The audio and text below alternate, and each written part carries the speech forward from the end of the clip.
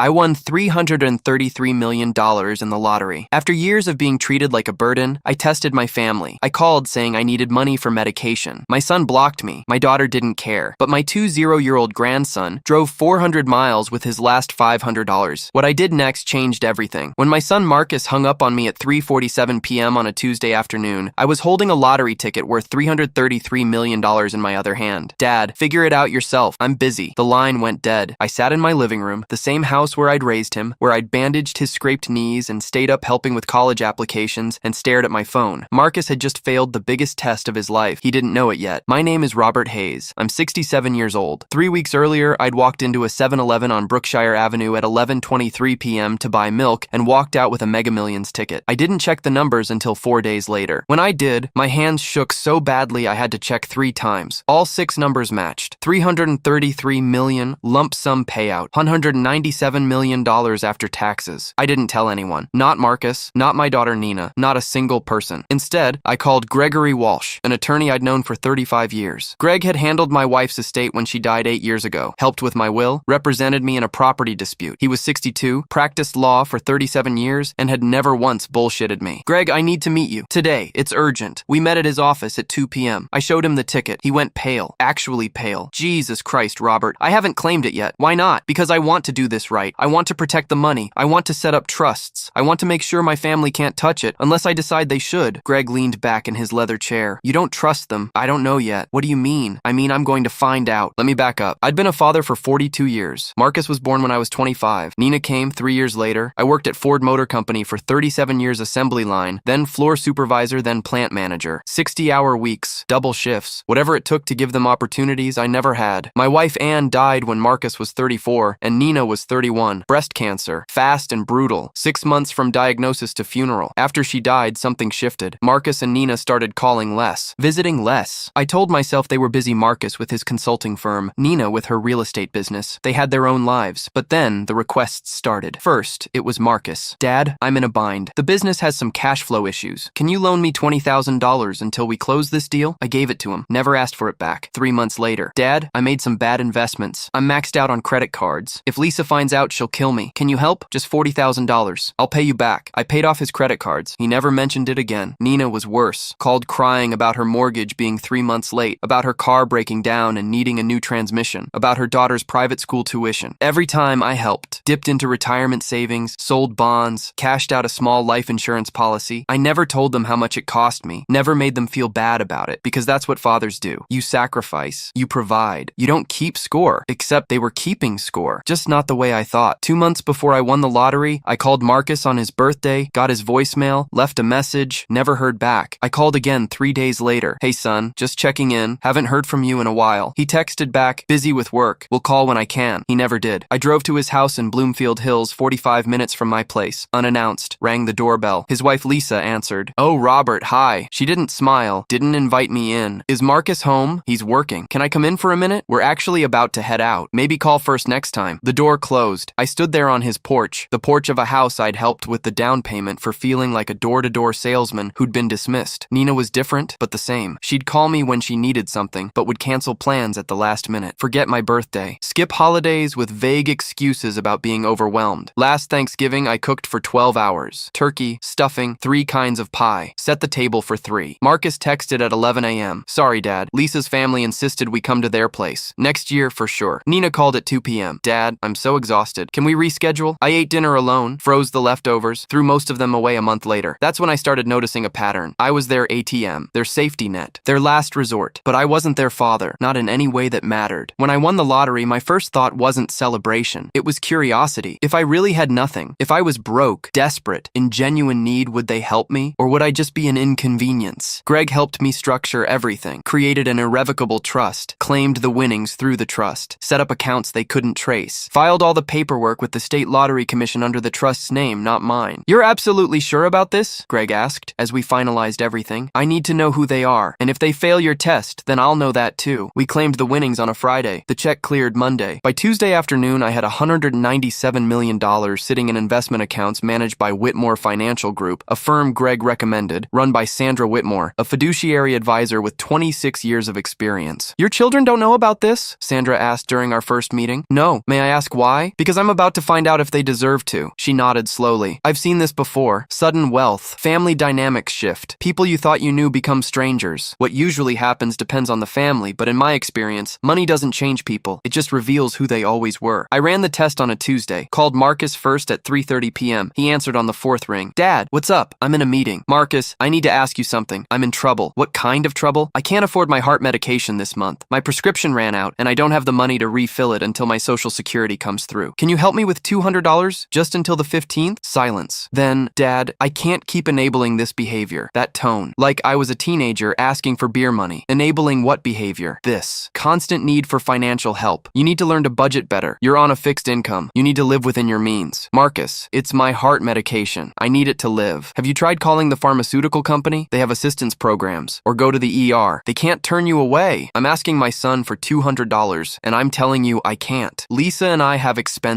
Private school for the kids. The boat payment. We're stretched thin. The boat. The 35-foot boat I'd watched him buy last summer. The boat loan I'd helped him qualify for by paying off his credit cards. You have a boat, but you can't help your father with medication. That's not fair, Dad. Look, Nina and I have been talking. You're getting older. You're having these issues. Maybe it's time to consider assisted living. They handle medications, meals, everything. You wouldn't have to worry. Assisted living. They wanted to warehouse me. Marcus, I'm actually going to block your number for a while. Nina thinks we're being too soft. She says, sometimes tough love is what people need to finally make changes. I think she's right. You're blocking me? Just for a month or so. Give you time to figure things out. I've got to go. Meeting's starting. The line went dead. I sat there, numb. My son had blocked me rather than give me $200. I looked at my phone at the bank app showing $197 million in assets. Then I called Nina. Nina answered on the second ring. Dad, this isn't a good time. Nina, I need help. With what? I can't afford my heart medication. I need $200 until my Social Security. She laughed. Actually, laughed. Are you serious right now? Yes. I'm asking for help. Dad, I saw your Facebook post yesterday. You were at Starbucks. You posted a picture of a latte. If you can afford Starbucks, you can afford your pills. That was a small coffee. $2. $2 adds up. You know what your problem is? You don't track your spending. You make these little purchases and wonder why you're broke. That's not my problem. I'm asking my daughter for help with medication I need to live, and I'm telling you I can't help you. I have a mortgage. I have car payments. I have Melissa's tuition. You think I'm made of money? I'm not asking for much. It's never just once with you, Dad. It's always something. You need to get your finances together. Maybe sell the house. Downsize. I've got to go. Showings all afternoon. Click. She hung up. I sat there with my phone in my hand, watching the screen fade to black. 2 calls, 2 rejections. I had 1 call left. My grandson Tyler was 20 years old. Marcus's kid. He went to Wayne State University, studying engineering. Lived in a small apartment near campus. Worked part-time at a bookstore chapter house on Woodward Avenue, making maybe $12 an hour. We'd always been close. Even after Marcus started pulling away, Tyler would call me. Come over for Sunday dinners. Actually listen when I talked. Last time I saw him 3 weeks ago, he'd mentioned his car was dying. Transmission's going. Mechanic says it'll cost more to fix than the car's worth. What are you going to do? Keep driving it until it dies, I guess. Can't afford anything else. Now I was about to call and ask him for money he definitely didn't have. My hand shook as I dialed. He answered immediately. Grandpa, hey, what's up? Just hearing his voice, genuinely happy to hear from me, made my throat tight. Tyler, I need to ask you something. I'm in a difficult spot. What's wrong? Are you okay? I can't afford my heart medication this month. I need about $200 until my Social Security check comes. I know you're tight on money, so if you can't, how much do you need exactly? No hesitation. No lecture. Just how much? $200. But Tyler, I know you're working your way through school. If you don't have it, I've got about $500 in my checking account. I can Venmo it right now. Do you need more? I can pick up extra shifts. $500, probably everything he had until his next paycheck. Tyler, I can't take your money. Grandpa, stop. You've never asked me for anything. Not once. Ever. When my car broke down last year, you gave me rides for 3 months. When I couldn't afford textbooks, you bought them. You don't ask for help. So if you're asking now, it's serious. I'm sending the money right now. I heard tapping him, typing on his phone. I sent $500. Is that enough? Do you need me to drive down? I can leave right now. Are you okay? Should I call someone? My eyes were burning. Tyler, I'm okay. The money helps. I can't tell you what this means. You don't have to. You're my grandpa. I love you. We hung up. I sat in my living room and cried for the first time since Anne's funeral. That weekend, I bought Tyler a car. Called Honda of Detroit. Asked for the sales manager. I want to buy a car. Cash. I need it delivered to an address in Ann Arbor by Saturday morning. What kind of car? Honda Civic. New. 2023. Silver. Loaded with every safety feature you have. Whatever that costs. That's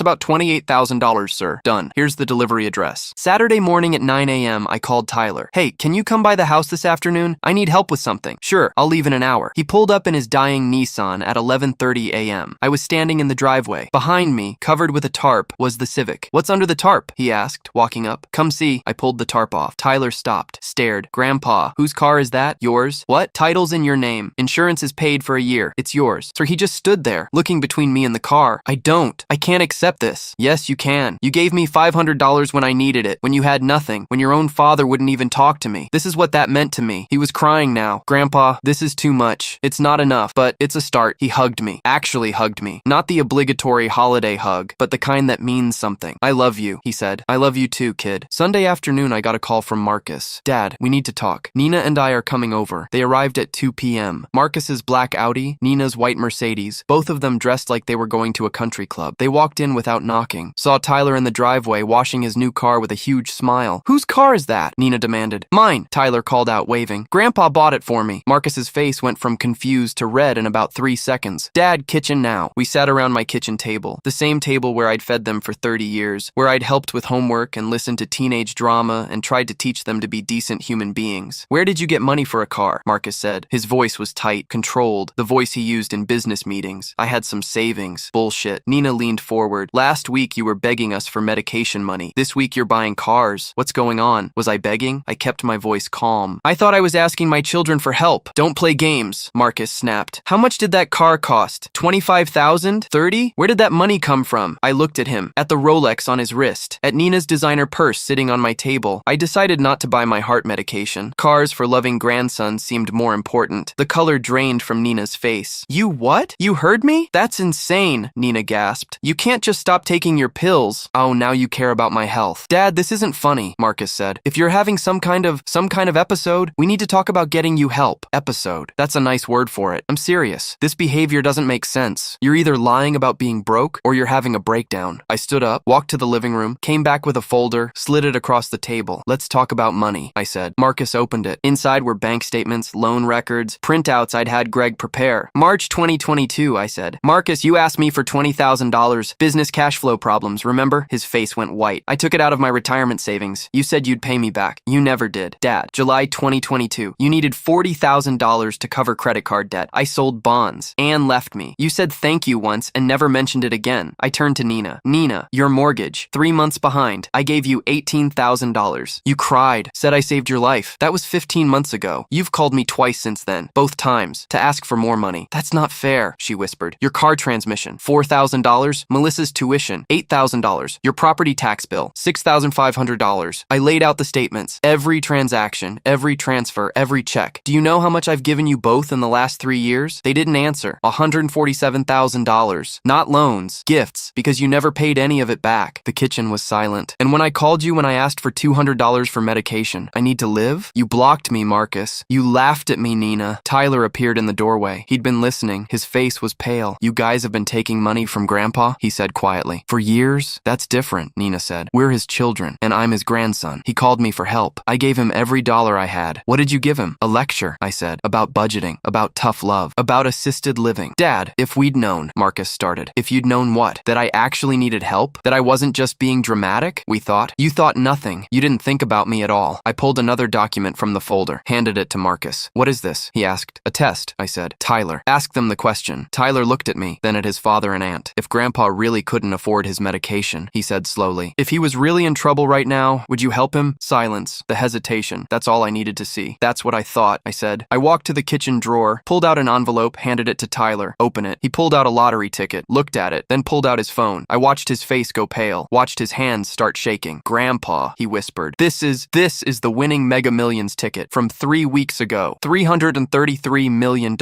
Marcus lunged for it. Tyler pulled back, holding it against his chest. Already claimed, I said calmly. Sitting in trusts and investment accounts, with Gregory Walsh as executor, all legal, all protected. I turned to Marcus and Nina. If you'd helped me, if you'd shown even a small amount of kindness, I would have shared everything. Set up trusts for you, for your kids. Made sure you never worried about money again. Nina's face crumpled. Dad, please. But you didn't help me. You blocked me. You laughed. You told me to figure it out myself. We didn't know. Marcus was standing now, his voice desperate. How were we supposed to know? You weren't. That was the point. I needed to know who you were when I had nothing, when helping me would cost you something. This isn't fair. Nina was crying now. You tricked us. No, I tested you, and you failed. Marcus grabbed my arm. Dad, please. We made a mistake. We can fix this. Just give us another chance. I pulled my arm away. I gave you chances for 3 years. Every time you asked for money, and I gave it without hesitation. Every time you skipped holidays holidays or forgot birthdays or treated me like an inconvenience. Those were all chances. I picked up my phone, pulled up an email from Greg, showed it to them. This morning, Gregory Walsh purchased certain debts on my behalf. Your boat loan, Marcus, Nina's credit cards, her second mortgage, your car payment. I own them now. What? Marcus whispered. I'm your creditor. 24% interest. Industry standard. Full balance due in 30 days. 30 days? Nina screamed. We don't have that kind of money. I know. That's the point. What do you want from us? Marcus's voice was shaking now. I want you to understand what it feels like to need help and have nowhere to turn. You can't do this. Nina was on her feet. We're your children, and I'm your father. The father you discarded the moment I wasn't useful anymore. If we can't pay, Marcus couldn't finish the sentence. Then I seize collateral. The boat, your cars, whatever the contracts allow. I have excellent lawyers now. Gregory Walsh and his entire firm. They'll keep you in court until you're destitute if that's what it takes. Why are you doing this? Nina sobbed. Because you need to learn what I learned. That the people who are supposed to love you aren't always the ones who do. I turned to Tyler, put my hand on his shoulder. Your tuition is covered. Undergraduate and graduate school. Full ride, housing, books, everything. Tyler was crying now too. Grandpa, you chose to help me when it cost you everything you had. That's worth more than any amount of money. Marcus and Nina stood there watching their inheritance disappear. Watching it go to Tyler instead. Please, Marcus begged. Dad, please, we're sorry. We'll do better. You'll what? Pretend to love me because I'm rich now? Visit me because you have to instead of because you want to? That's not fair, Nina shouted. You're right. It's not fair, but it's honest. And that's more than I got from either of you. They left 20 minutes later. No goodbye, no apology that mattered. Tyler stayed. Grandpa, he said quietly, did you really need that medication? No, I'm healthy. The test was fake, but the money you gave us that was real, every dollar. Because when someone you love needs help, you help them. No questions, no conditions. What are you going to do with all that money? I'm going to live my life, travel, do things your grandmother and I never got to do. And I'm going to make sure you never have to worry about student loans or starting out broke like I did. They're going to come back, he said, when they realize you're serious. I know. That's why Greg already has restraining orders prepared. This is insane. It's necessary. They need to understand there are consequences, that I'm not a bank. I'm their father, and fathers deserve respect. Tyler hugged me again. I'm sorry they're like this. Don't apologize for them. You're nothing like them. 2 days later, Marcus showed up at my door. I didn't let him in. Dad, I need to talk to you. No, please. 5 minutes. You blocked my number, remember? Tough love to help me learn. I was wrong. I'm sorry. Can we please just talk? About what? About how you need money? About how you'll promise to change if I just give you another chance? He looked at the ground. Lisa left me. That surprised me. What? She found out about the debt, about the boat being repossessed. She's filing for divorce, taking the kids. I should have felt something. Sympathy, regret, something. I felt nothing. I'm sorry to hear that. That's it? That's all you have to say? What do you want me to say, Marcus? I want you to help me. I'm your son. Now I'm your father. When you needed $200 from me, I was an inconvenience. I made a mistake. You made a choice. Now you're living with it. So that's it? You're just gonna cut me off? After everything? After everything? I laughed, a bitter sound. Marcus, I gave you everything. My time, my money, my pride, and you gave me nothing when I actually needed you. I don't even recognize you anymore. Good. Because the man you knew was a doormat. This man has self-respect. I closed the door. 3 months later, I was sitting on a beach in Hawaii. Tyler had spring break. I flew him out. First class. We stayed at the Four Seasons. Went snorkeling. Ate at restaurants where the menu didn't have prices. This is insane, Grandpa, he said one night over dinner. I'm eating $100 steak. Get used to it. When I die, everything goes to you. The whole trust. I don't want to think about that. Well, I need you to know. Gregory has all the paperwork. The trust is ironclad. Marcus and Nina can't contest it. I made sure. Have they tried? Marcus hired a lawyer. Lasted 2 weeks before he couldn't afford the retainer. Nina sent emails. I have them blocked. Do you miss them? I thought about that. Really thought about it. I miss who I thought they were. I don't miss who they actually are. That's sad. No, it's freeing. I spent years making excuses for them, telling myself they were busy or stressed or going through something. Now I know the truth. They didn't love me. They loved what I could give them. I love you, Tyler said. I know you do. That's why you're here. 6 months after the test, Nina showed up at my house. She looked terrible. Thin, dark circles under her eyes. Driving a 10-year-old Honda instead of her Mercedes. Dad, can we talk? No, please. I'm begging you. I lost everything. My house, my business, my marriage. Doug left me. I'm living with a friend. I work at Target. I stock shelves. I need help. Miller's Diner is hiring dishwashers, I said. The grocery store needs overnight stockers. I worked those jobs for 20 years to raise you. Your turn. You can't be serious. I've never been more serious. I'm your daughter, and I'm your father. The father you laughed at when he needed medication. I didn't know you had all that money. Exactly. You didn't know. So you showed me who you really are. Someone who only cares when there's something in it for them. I'm sorry. I'm really truly sorry. I believe you're sorry you failed the test. I don't believe you're sorry for who you are. What do I have to do? What can I do to fix this? Nothing. There's nothing you can do. You can't unfail a test. You can't unblock a phone call. You can't unlaugh at your father's pain. She broke down, sobbing on my porch. I closed the door. 1 year after I won the lottery, I got a call from Greg Walsh. Robert, I have some news. Mark has filed for bankruptcy. Chapter 7. Total discharge. Good. You don't want to know the details? Not particularly. And Nina, she's struggling. Lost custody of Melissa. Courts awarded custody to Doug. She gets supervised visitation. That's between her and the courts. You don't feel anything? I feel sad that my children turned out to be people I don't respect. But I don't feel guilty. I gave them every opportunity to be decent. They chose otherwise. And Tyler? Thriving. Made Dean's List. Has a summer internship at an engineering firm? Good kid. You did right by him. I did right by all of them. Only one appreciated it.